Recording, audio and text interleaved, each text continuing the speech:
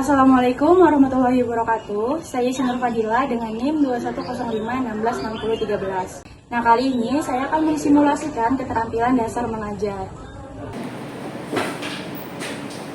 Oke, langsung kita mulai aja ya pembelajarannya. Assalamualaikum warahmatullahi wabarakatuh. Waalaikumsalam warahmatullahi wabarakatuh. Gimana kabarnya? Baik. Tunggu yang semangat sih, mana suaranya ya dong? Suaranya mana? Baik. Ayo, suaranya mana? Baik, Ibu. Oke, berdiri dulu semuanya. Berdiri. Berdiri, ayo. Berdiri. Hadap mana ini? Kanannya Ibu. Ada kiri. Dipegang pundak temannya. Oh, yang cewek ini boleh. Oke, dipijit temannya, dipijit. Ayo yang cowok.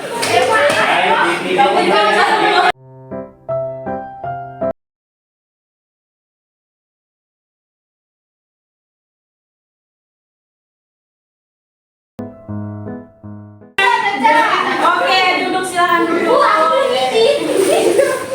Udah gak masuk lagi kan?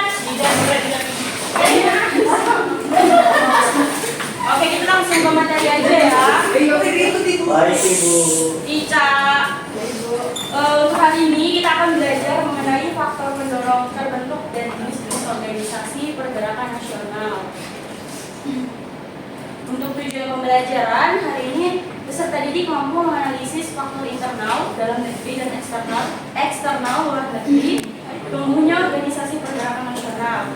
Yang kedua yaitu peserta didik mampu menjelaskan pergerakan nasional dalam periode moderat atau kooperatif.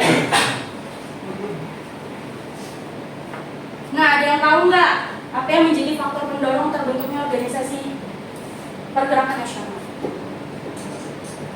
Apa tangannya? Apa tadi? Karena kesadaran, Bu. Kesadaran nasional.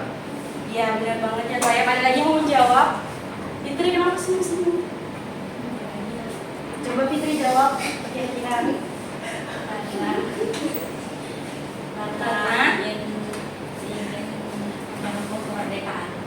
Oke, benar banget. Terima kasih ya. Jadi untuk faktor yang mendorong terbentuknya organisasi internasional itu ada yaitu faktor internal. Yang pertama, sampai membacakan kondisi ekonomi dan sosial. Ya, silakan ya, Mama. Kondisi ekonomi, faktor internal, kondisi sosial, ekonomi dan politik yang parah akibat penjajahan, penindasan, kekejaman, eksploitasi, Ayo dong, dan ketidakadilan yang dilakukan oleh pemerintah kolonial telah menyebabkan kebencian dan ketidaksukaan yang akhirnya memicu perlawanan terhadap penjajah. terima kasih, Emma. Ya, jadi ya pada masa penjajahan itu rakyat Indonesia mengalami penindasan, kemudian eksploitasi yang sangat kejam, dan hal itu membuat rasa ketidaksukaan dalam diri masyarakat Indonesia saat itu. Akhirnya muncullah dalam diri ini rasa untuk merdeka, rasa untuk bebas. Yang kedua yaitu munculnya kaum terpelajar. Nabila mungkin bisa dibacakan. Faktor internal yang pertama kondisi sosial, ekonomi, dan politik yang parah. Munculnya kaum terpelajar. Munculnya kaum terpelajar politik etis yang digagas oleh Belanda ternyata punya maksud menyeleweng dengan tujuan mendidik para pribumi agar penjajah memperoleh tenaga administrasi, pencerdas, dan sebagainya.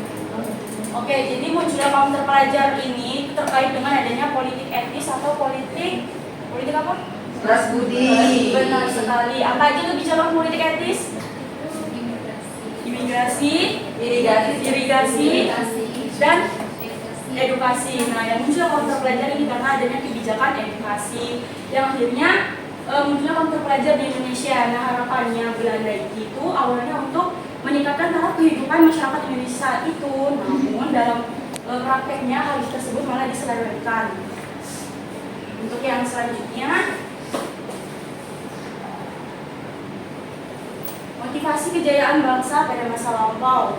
Tumbuh kesadaran dari diri para aktivis pergerakan bahwa bangsa ini pernah menjadi bangsa yang besar, yakni ketika kejayaan Sriwijaya dan Majapahit yang dapat mempersatukan berbagai wilayah. Jadi saat itu pada masa kerajaan Sriwijaya Majapahit, contohnya dari Sriwijaya itu kerajaannya bisa sampai ke luar Nusantara. Kemudian Majapahit saat itu kekuasaannya itu sampai menguasai seluruh Nusantara. Kemudian yang kedua ada faktor eksternal. Irfan, tolong dibacakan yang pertama. Faktor eksternal, keberhasilan pergerakan nasional di negara-negara lain. Keberhasilan pergerakan di Asia dan Afrika seperti Cina, India, Filipina, Turki, dan Mesir membangkitkan semangat para kaum terdidik untuk berjuang. Oke, jadi pada masa itu saat Indonesia juga lagi capek-capeknya nih dijajah sama para penjajah, di luar negeri ini sudah ada pergerakan untuk mencapai kemerdekaan. Contohnya aja kayak di India, itu tahu kan tokoh Mahatma Gandhi? Nah, beliau merupakan salah satu tokoh untuk mencapai kemerdekaan di India. Kemudian yang kedua, kemenangan Jepang terhadap Rusia. Ica mau dibacakan. Oh, nggak bisa. Moro.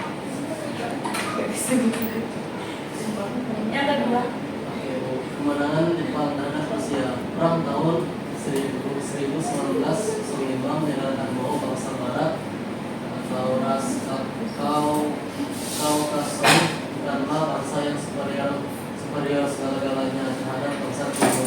Ras Mongoloid karena ternyata bangsa Asia dapat mengalahkan bangsa Eropa.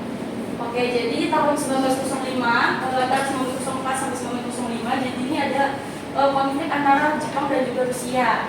Jadi konfliknya itu kayak mereka ini rebutan untuk menyebarkan pengaruhnya di Korea maupun di Jepang. Tapi saat itu yang menang adalah Jepang. Hal itu yang membuat Indonesia, kalau Jepang aja bisa menang, apalagi kita yang sama-sama Asia. Kemudian yang terakhir masuk dan berkembangnya paham baru di Eropa dan Amerika. Mas Jidan main HP, silahkan dibaca.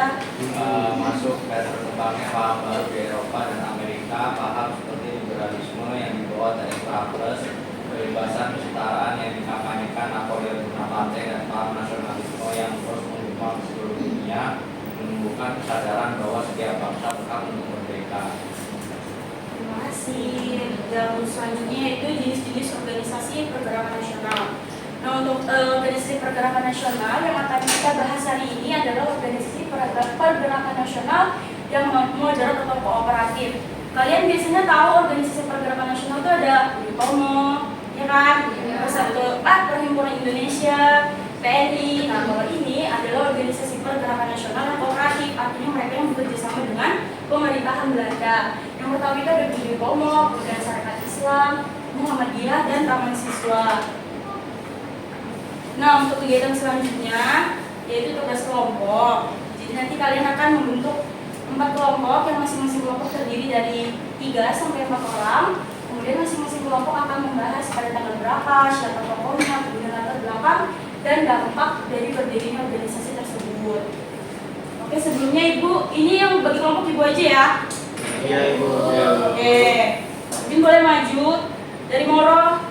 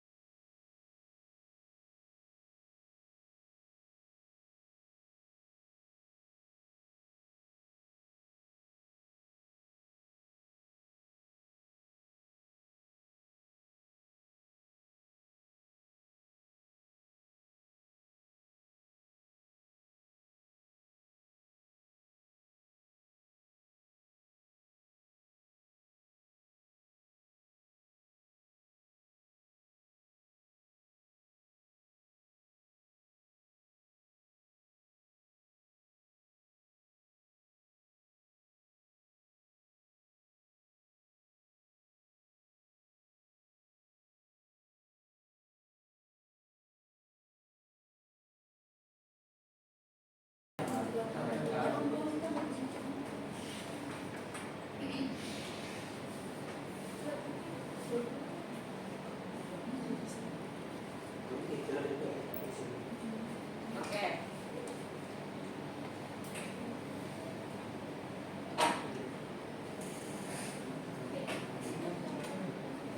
Irfan dibantu ya temannya, jangan main HP.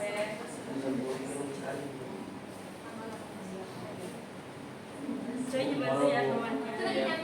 Moro bu, ngeliatin saya aneh. Moro jangan begitu.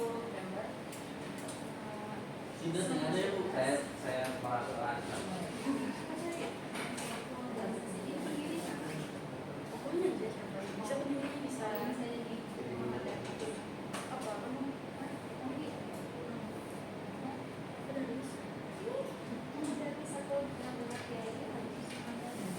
Iya, jangan dalam aja.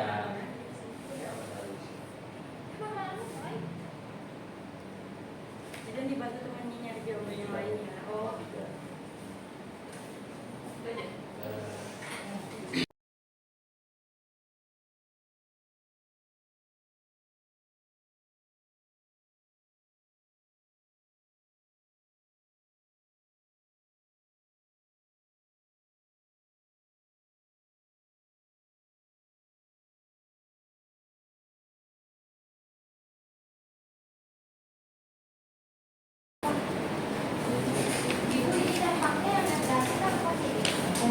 Dua-duanya boleh.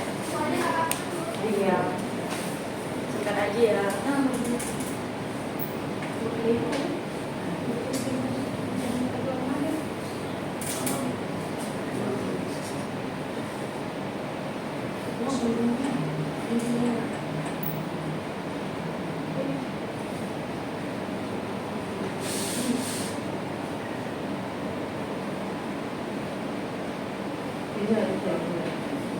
Sudah Ibu, sudah.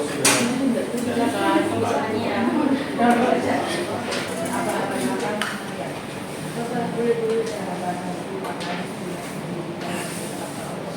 Pelan-pelan.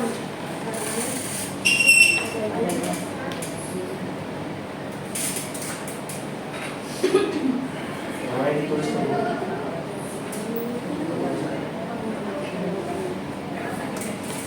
Nomor 3 namanya. Jangan teruskan. Jadi jangan terlalu besar.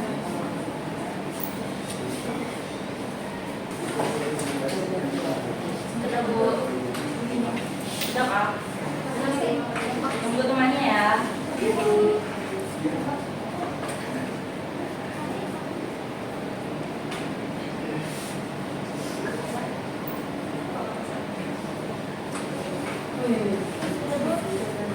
Sudah. Tunggu temannya ya.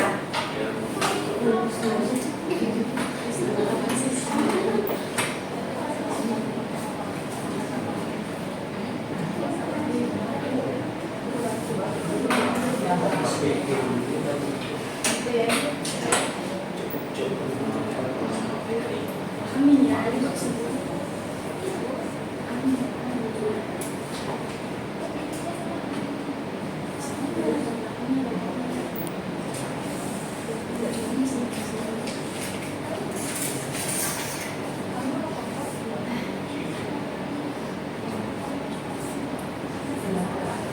Mungkin presentasi.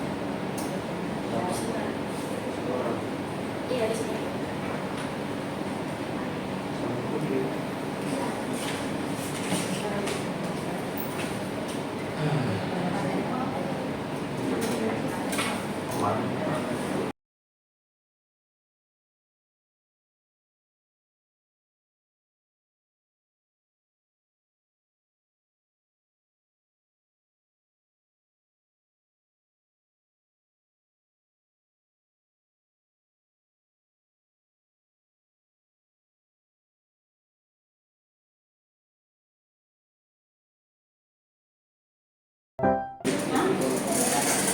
Sudah Ibu.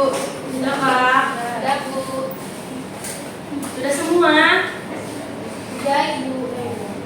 Dari kelompok 1 bisa mempresentasikan hasilnya. Bisa. Diperhatikan ya temannya presentasi.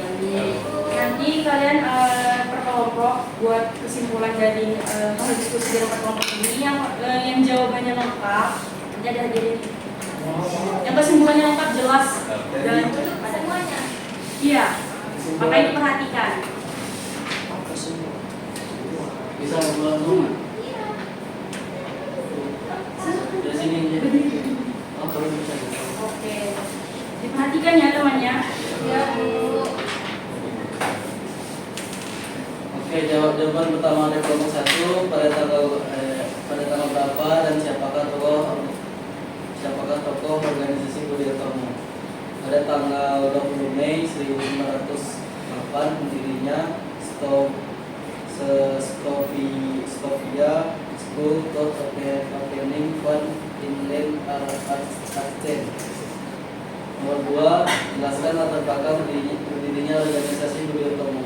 Bermula dari ide Dr. Wahidin Swediyo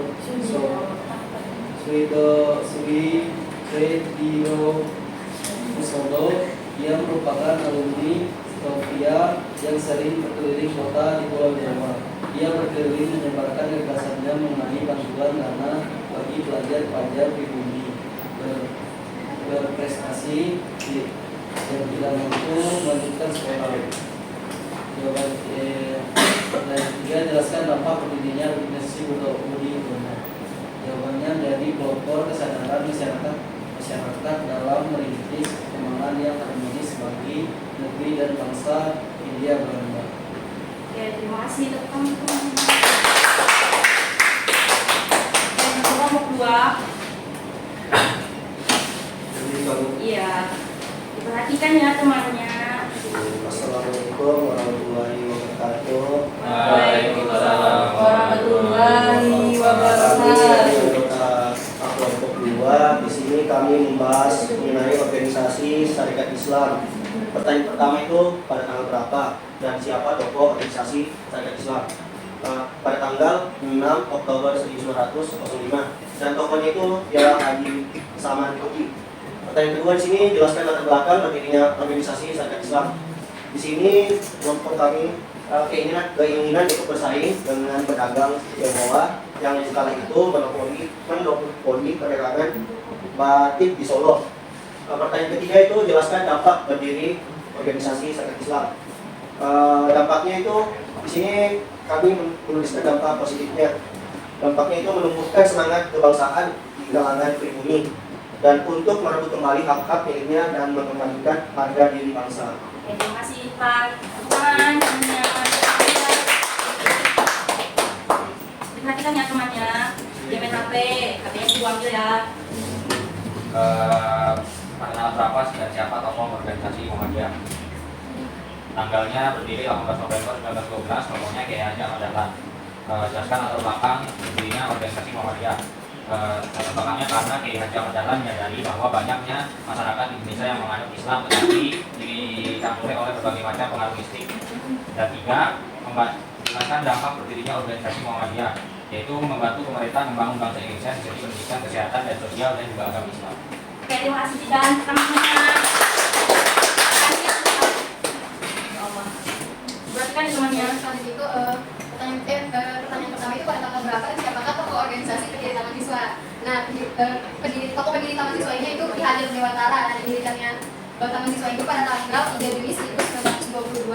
Kemudian jelaskan latar belakang berdirinya organisasi Taman Siswa. Nah, latar belakang berdirinya organisasi Taman Siswa ini itu karena adanya diskriminasi pendidikan yang diterapkan oleh pemerintah kolonial Belanda terhadap pribumi. Nah, sehingga organisasi ini dibentuk oleh Ki Hajar Dewantara sebagai bentuk perlawanan terhadap pemerintah kolonial Belanda. Kemudian jelaskan dampak berdirinya organisasi Taman Siswa. Dampak pendidikan Taman Siswa itu yaitu untuk meningkatkan ilmu, di mana pada saat itu rakyat Indonesia yang bukan bangsawan hanya diberikan pendidikan sekolah dasar, dan juga untuk meningkatkan kualitas pendidikan, meningkatkan kemerdekaan, meningkatkan kemandirian serta meningkatkan kemahasiswaan. Kemudian Ki Hajar Dewantara juga dengan Taman Siswanya telah menyerukan bangsa Indonesia kembali pada kepribadian nasionalnya. Mungkin itu saja Ibu. Oke, terima kasih Ica. Ada yang bisa menyimpulkan secara lengkap ya, satu di gambar.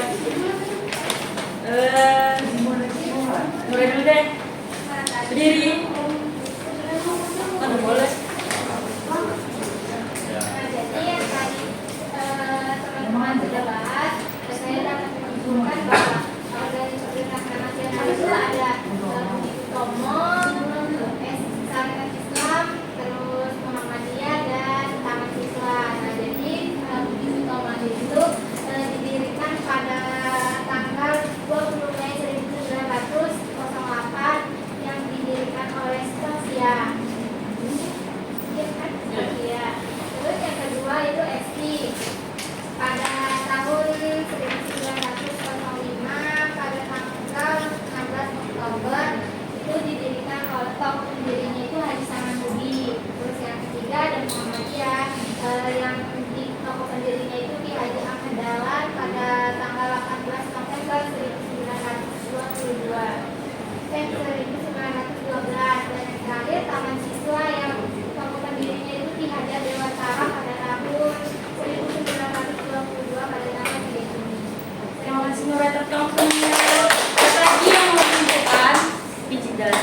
Saya simpulin secara Lengkap ya. pendek banget ya. Lengkap, singkat, jelas. Menurut saya ya simpulannya dari tadi itu banyak yang sudah menjelaskan tentang pokok organisasi.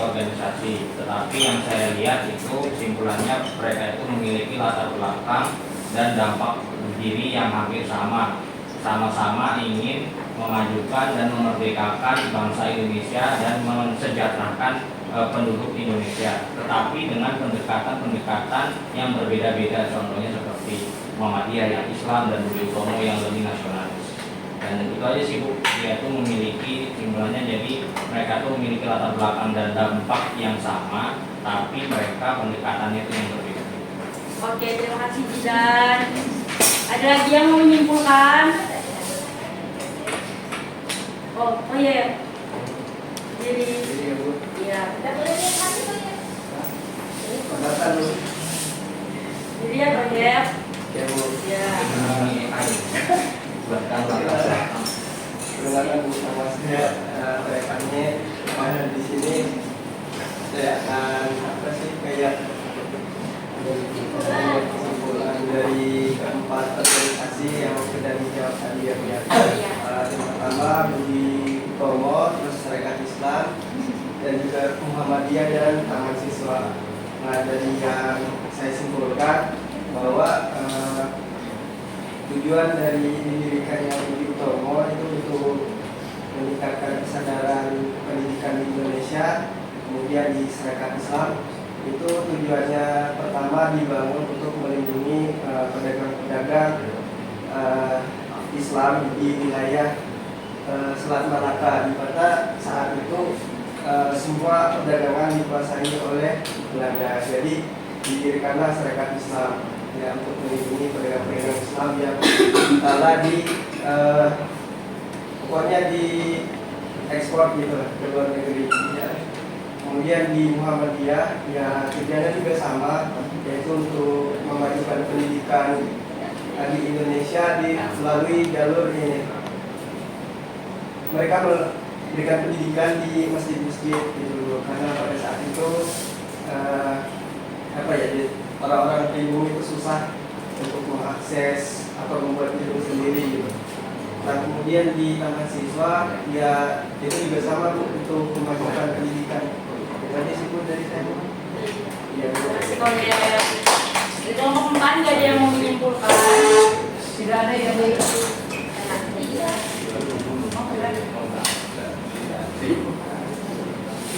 Oke, ada 3 perwakilan kelompok. Jadi jawabannya paling lengkap. Tadi kalau kelompok pemerintahan jelasin komponen tabelnya, itu aja. Sebagai tabel sesuai tujuan dan dampaknya, proyek juga. jadi kan jadi dibagi Bu. Jadi menurut kalian siapa yang paling lengkap? Kan penilaian kan saya Ibu. Kalian udah ada kesimpulan. Ada kan Untuk yang pertama itu Ajidan. Dua. Ajidan. Nah, Dua. Oke ya. Oh yeah. Yang ketiga Nureng, kelompok 4. Tepuk tangan semuanya. Oke, boleh lanjut buat belajar ya temennya. Oke, maju perwakilan.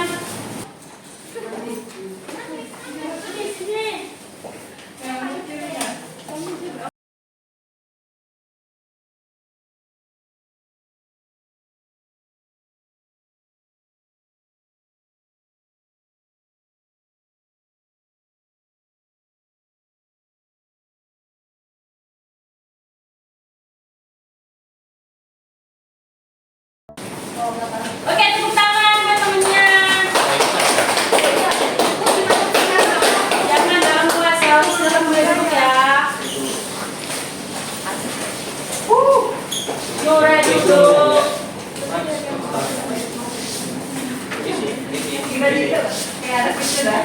Ayo duduk cepet. Gimana pelajaran hari ini? Apakah menyenangkan? Menyenangkan. Bosan nggak? Puasa. Bosan nggak? Oh, puasa. Oke, mungkin itu aja yang bisa ibu sampaikan. Kurang dan lebihnya mohon maaf. Ibu akhiri, wassalamualaikum warahmatullahi wabarakatuh. Sekian video dari saya. Wassalamualaikum warahmatullahi wabarakatuh.